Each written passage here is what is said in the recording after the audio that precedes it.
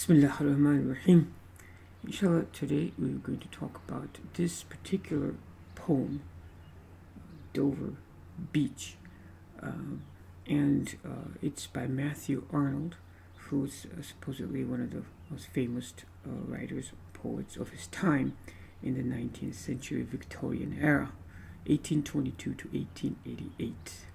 And assuming that there is some value to poetry, and this one is a particularly important one, I thought we'd go through this in some reasonable detail, inshallah. So there's some preliminary terms I thought would be useful for us to learn. So Dover is a town, apparently right here in England. So this is England, and there's a town, and there's a beach on the town. So that's where the poem is titled after this beaches of this town. And across from this, about some 20 miles across from here, which is apparently one of the closest, or the closest areas between France and England right here, is this other town of Calais, so in France. So, and the waterway here is the Strait of Dover. A strait is a body of water that connects two bigger areas of bigger bodies of water. So that's a narrow strait of water between these two countries.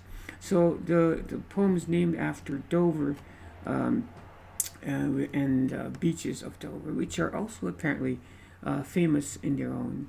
They have these famous white cliffs of Dover. So as you can see, they have this beautiful white cliffs of Dover. So these are the white cliffs of Dover, and they are famous in themselves, apparently. And if you go on the beach, it's not like kind of beach that I have typically in my mind when I imagine a beach. It's kind of like pebbly beach, as you see over here. And so it's about this type of a beach. And apparently there's a home somewhere up, like on the cliff somewhere over here or somewhere. And this author, the speaker of this poem, is in a house somewhere by the beach, and is looking out the window and the night at the night sky. And so that's kind of the bit of the title of the book, of the poem. And then there's a reference in this, an allusion to another writer of old ancient Greek, Sophocles, and he lived in Greece, and there's a reference to the Aegean Sea and similar beaches, at least in the speaker's mind, that ancient author might have observed, etc. So this is the Aegean Sea, there's an allusion in the poem to this, so I thought we should add, so we don't interrupt the flow of the poem as we talk about it. So it has like 4 paragraphs, if you like, 4 stanzas. The first one is the longest, don't worry, and the rest of them are shorter. And the poem is a bit depressing. It's not, as I suggested, it's not like in the spirit of Islam. And, we don't get depressed about things in life. We have optimistic appraisal of things, but it does have a important point that I do think is pertinent even in our times.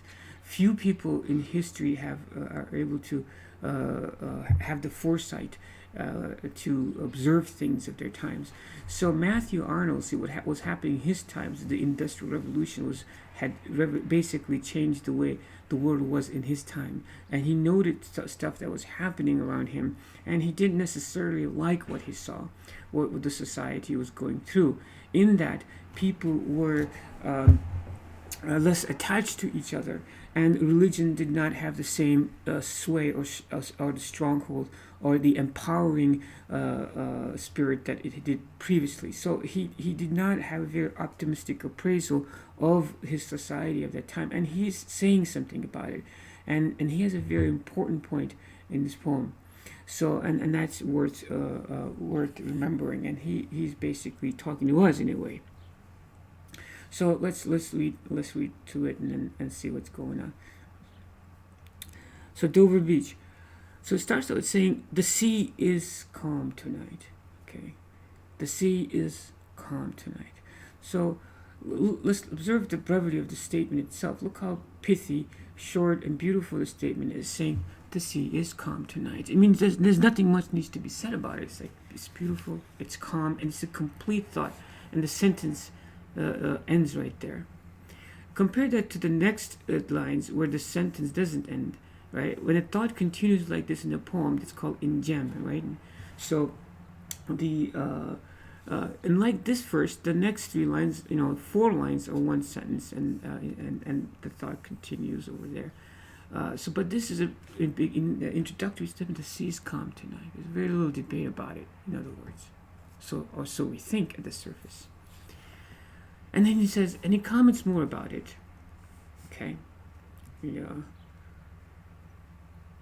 So then he comments more about it.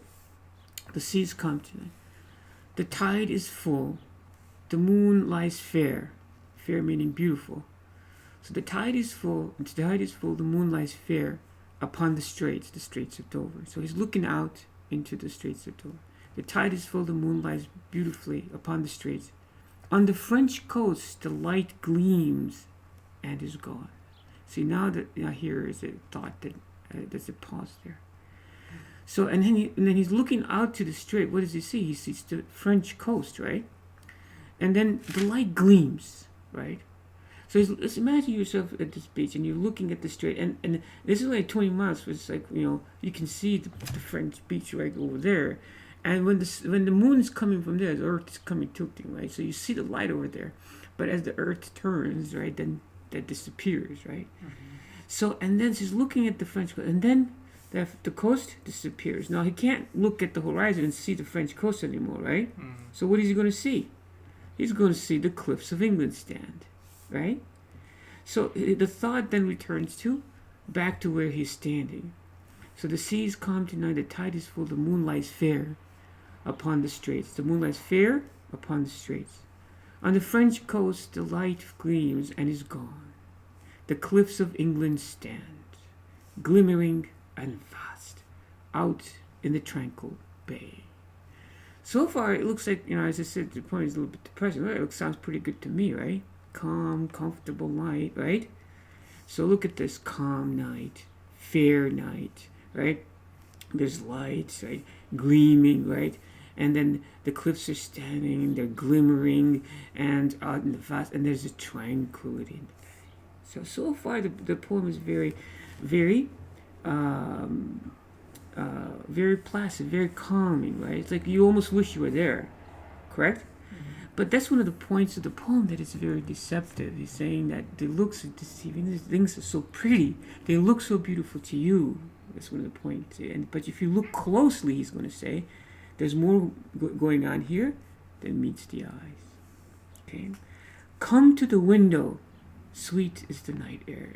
Now he's calling somebody. Apparently he is in the same place as his beloved, his wife, whatever. So come to the window, he's calling him. Come to the window. Sweet is the night air. Look, it's so beautiful. Come over here. So now he's observing this with his beloved. Now, but then look, okay. So much so that even there's exclamation point, right? But that exclamation point is like, come, look, it's so beautiful. But it's like saying, but there's almost like, he's like saying, you can almost sense that, it's too good to be true, type of thing, right? Come, it's like so wonderful. Check it out. Right? Mm. And then he says, only. It's a transition. But if only, right? Only what, then you say? Only what? Okay? But then he doesn't complete the thought yet, right?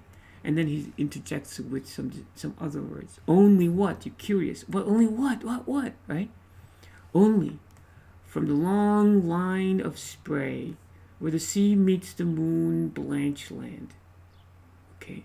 So only the long line. Now the spray here is kind of like bubbly water, like the tide. When the tide comes, the water is all bubbly, right?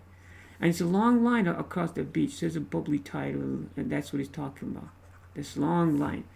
The long line of spray. Where the sea meets the moon blanched land. This is a very apt description.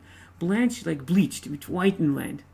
It's kind of interesting because first of all, these Dover cliffs are white to begin with, and you should imagine the moon shining on this land, right? How it would like almost like blanched white. It's like what, like shining, like saying. Mm-hmm. So, and then he's talking about this, right? Only, okay, from the long line of spray, the tide, where the sea meets the moon-blanched land. Listen. You see? Listen for what? That only thing that he's going to point out to you. But listen. You hear the grating roar of pebbles, which the waves draw back and fling. At the return, up the high strand. High strand is another name for beach. Now he's saying, look, now the tone changes from tranquil to like grating roar, right? Mm-hmm. So if you look at it from a distance, it sounds calm and peace. But if you go on the beach right there, when you hear the beach is always louder, right? When you go near the water, it sounds like a grating roar. And what are they doing? They're grabbing these pebbles and then throwing back on the land. Grabbing them, they're throwing back on the land. He's saying it looks very calm and peaceful, but if you look close, there is a lot of turbulence. There's a lot of turbulence. What if not turbulence exists where the sea meets the land? Okay, so we definitely notice a change here. Listen. You hear the grating roar of pebbles which the waves draw back and fling at the return upon the strand, upon the beach. Okay? Now, whoopsie daisy. Bring, indicated, bring and seize, and then again. Begin. Right? They keep doing this, coming and doing, and coming and doing, coming and doing. Right? With tremulous cadence slow. Tremulous is like shaky, like nervousness, shaky. Like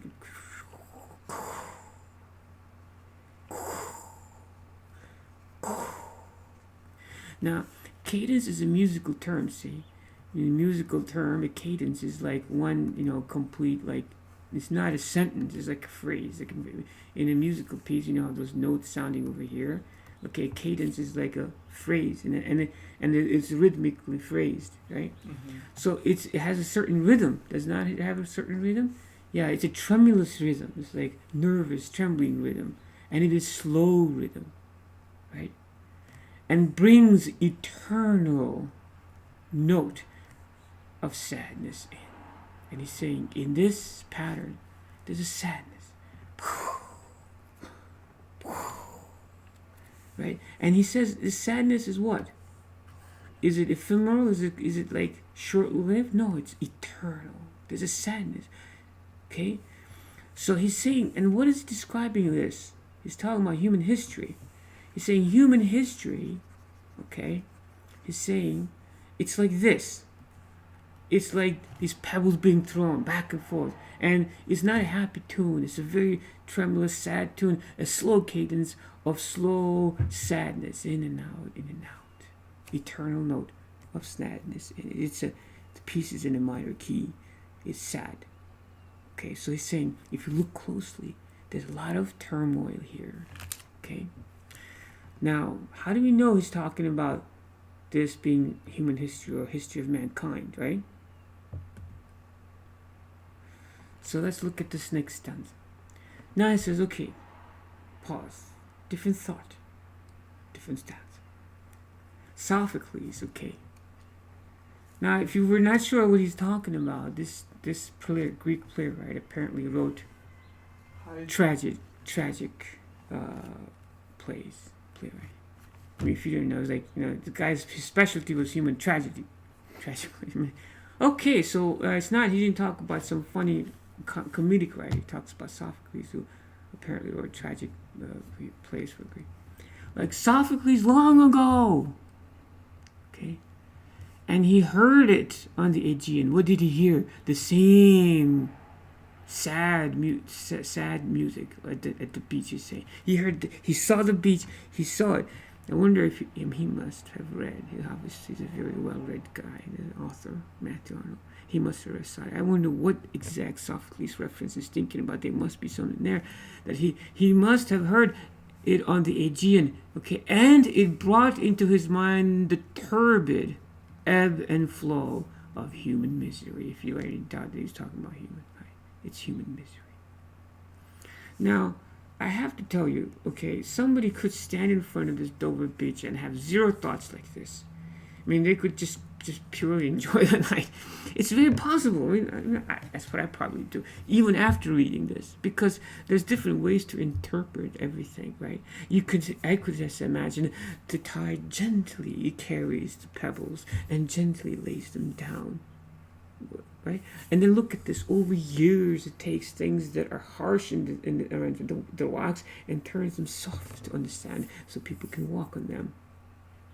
Right. So there's different ways of looking at the same thing. Maybe Matthew Arnold is just depressed or something like that, right? Mm-hmm. But that may be, or that may be not. But so why should we pay attention to what he has to say? Maybe this metaphor is not the best metaphor, but he has. But for the time being, if you go in his perspective and look at things from his point of view, let's see what he has to say. What he's saying is, just like things are not what they seem at the surface. If you look at the beach from night, you cannot judge the violence of the sea. But he's saying, what he's saying is, things are not what they seem. Is what the big point is, and he's saying, people before me have had the same thought, that human history is just ebb and flow of misery. But this part of it, like in the Mausius, right, after difficulty ease. So this pattern is very, a lot of promises. There'll be difficulty, there'll be ease. It is true, right? It is very true. That's the nature of life. That life is the paradigm, the baseline life is not meant to be happy. It's not a bed of roses. There will be tough times. There will be difficult times. That's the nature of life. Okay? So, find also in the sound a thought. Okay? And he find also in the sound, and then he said, we find also in the sound a thought. And he's saying, now it's a plural we. He's asking you, look at this, he's asking the reader to be with him and be with him. Think with me for a second, he's saying. Okay? He thought this, and we, you and I, in the same, looking at this, find a thought. Okay, by hearing this. Hearing it by this distant northern. Now he's referring to himself, northern sea. That's how Sophocles will refer to Dover Beach, distant northern sea. You follow? So, just like him, okay, we have a very similar thought, he's saying. And now, what is this? The sea of faith. Look at this, okay? This is not a complete thought. It's all by itself, okay? And he places it all by itself as emphasis. There's nothing in there. There's nothing else in that sea. The sea of faith. Okay? Now he is comparing this strait, the ocean that's in front of him, the waters, and all of that he's considering, it's coming back and forth, as faith. It's collective human faith. Okay? If faith could be collected as water, from people squeeze out of water, that is water, if you turn into an ocean, he's saying that's faith. Now what's happening today? He's saying this sea of faith was once two. It was also, two meaning also. The sea of faith was once two, at the full and round the earth's shore. It was full and out around all the earth's shore. Okay? And lay like the folds of a bright girdle furled. Means a girdle was a belt. In the old days, not like the belt you and I have, but a fancy schmancy belt. You can imagine a prince wearing a fancy schman belt. It encompassed the whole world, he's saying. Everybody, their faith was full. They were believers. That's what he's saying. And then, that was then. Was once. The faith was once like that. But now, I only hear its melancholy, long, withdrawing roar. Right? So now, what's happening to faith? He's saying, now I only hear what? It's withdrawing. Faith is withdrawing. It's like the water is constricting. Melancholy, sad, long withdrawing roar. Retreating to the breath of the night wind, just like the night carries the waters about, right? To breathe. And just like that, the breath is retreating down the vast edges drear, sad. Okay, now imagine this. If faith, was water, and the shores were England, the water is retreating from England. Yeah, it's getting away. It's moving away from people. People are losing faith. That's what he's saying. Now, he saw all of that by looking at this water. It looks so calm and placid, but if you look, history is like this ebb and flow, he's saying. It goes back and forth and back and forth, okay? That's what he is saying. And from that he extrapolated, because he's a thinker, that's what he does. Down the vast edges here, and naked shingles of the world here. Okay, now shingles like here means like pebbles. It doesn't mean the rooftop thing. And then leaves. All this water. Oh, look at this. They're like, what are these pebbles? What are pebbles if they're, what is going to be pebbles metaphorically in this? People. They're like little pebbles on the beach, and they're just naked. Now, when we hear naked here, when people naked, for me, without faith, it's like going out in the winter cold. Naked means like that's what that means. You don't have the protection, but faith protects people. Now, this is his point, and this is a very important point. It's the last stanza. Okay. Now, look, in this poem, he could have just written it like he was standing right in front of the beach, all by himself, and talking to you and I. But you must wonder, okay, assuming the guy is actually very intelligent, and he seems to be, that he writes every word thinking about it 1,000 times, right? So he included this other individual in the poem, his beloved, his wife, right? She's with him. Says, love, he says, let us be true to one another. Now he's saying that, okay, look, everybody's losing faith. And then by doing that, he's saying they're exposing themselves to the dangers of the world. Okay? Just like the water receding from them, they're exposing themselves because they're not naked. They're exposing to the dangers of the world. But he is not alone. So what he's doing here is giving dawah to his wife. Okay, his beloved. You know? Because why? He wants her to, because he wants her to understand this phenomenon. Love, he says. And look at this. He says, It's almost like, listen, like saying, you see almost a desperation in his voice, right? Because he understands, but not necessarily everybody else understands this. Love. But look at his affection. Let us be true to one another. Why? For the world, which seems to lie before us like a land of dreams, which seems, look, let us be true to one another. He's saying, you and I to each other are the most important things. That's what he's trying to say. You and I have to be like this. Why? Because this world that you see before you, just like you see this beautiful seemingly night, the world that you see that lies before you is a land of dreams. Meaning what? What he's saying is fairy tale. It's fairy tale. That's what he's trying to say. Just it's like not real. Okay? By various, so beautiful, so new, everything new now, right? Cool. But so various, so beautiful, so new, hath really, it seems like that. All those things that you find so beautiful, so fancy, so new, so shiny, so glittery. He's saying all those beautiful things that you think hath really neither joy, nor love, nor light.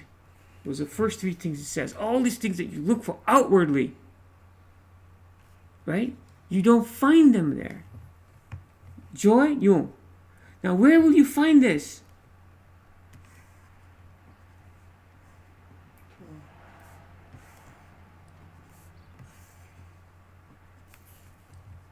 The guy is a Jesus, you must say.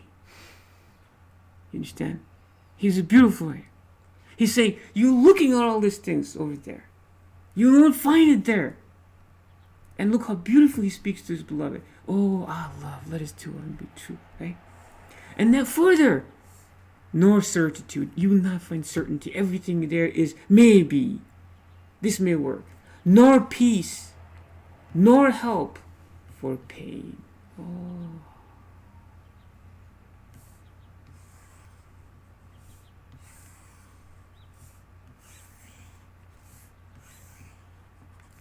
Who's going to be there for you, right? If the person's married, if you're hurting, if your wife is not there, if your husband's not there, who's going to be there for you? Who's supposed to be there for you? To help you in those difficult times. Who's supposed to give peace to you?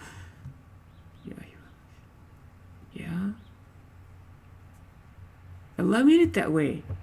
Where else we find peace? This guy figured it out. Right? So he's saying, he's appealing to his beloved. Look, he's explaining all of this. That, if you want to look for all those things, you have to look at the person next to you. And that is why he has somebody next to him. Right? And we are here as on a darkling plain. Okay? Everything looks pretty at nighttime. In a darkling, sad plain, he's saying. Because he's on the beach, right? Now, swept all of this life with confused alarms. Everybody's... Now, is it night everywhere? No. But what's really happening, what happens when the day comes? There's confusion, there's alarm, there's struggle, there's flight. Just wait till the morning. All chaos is right in front of you. Yes? Swept with confused alarms of struggle and flight. Where in this world ignorant armies clash by night? That is the great point. Right? There's so much ignorance. Right? Ignorant armies clash by night. Now this night is what? Not necessarily night when the sun is. This night is a metaphorical night. It's night, ignorant light, a world without light. Where? There's no light out there. It's the whole world is in darkness, right? Mm-hmm. That's what he just said. There's no darkness. There's no light out there. Everybody's out there. And in this dark world, people are fighting.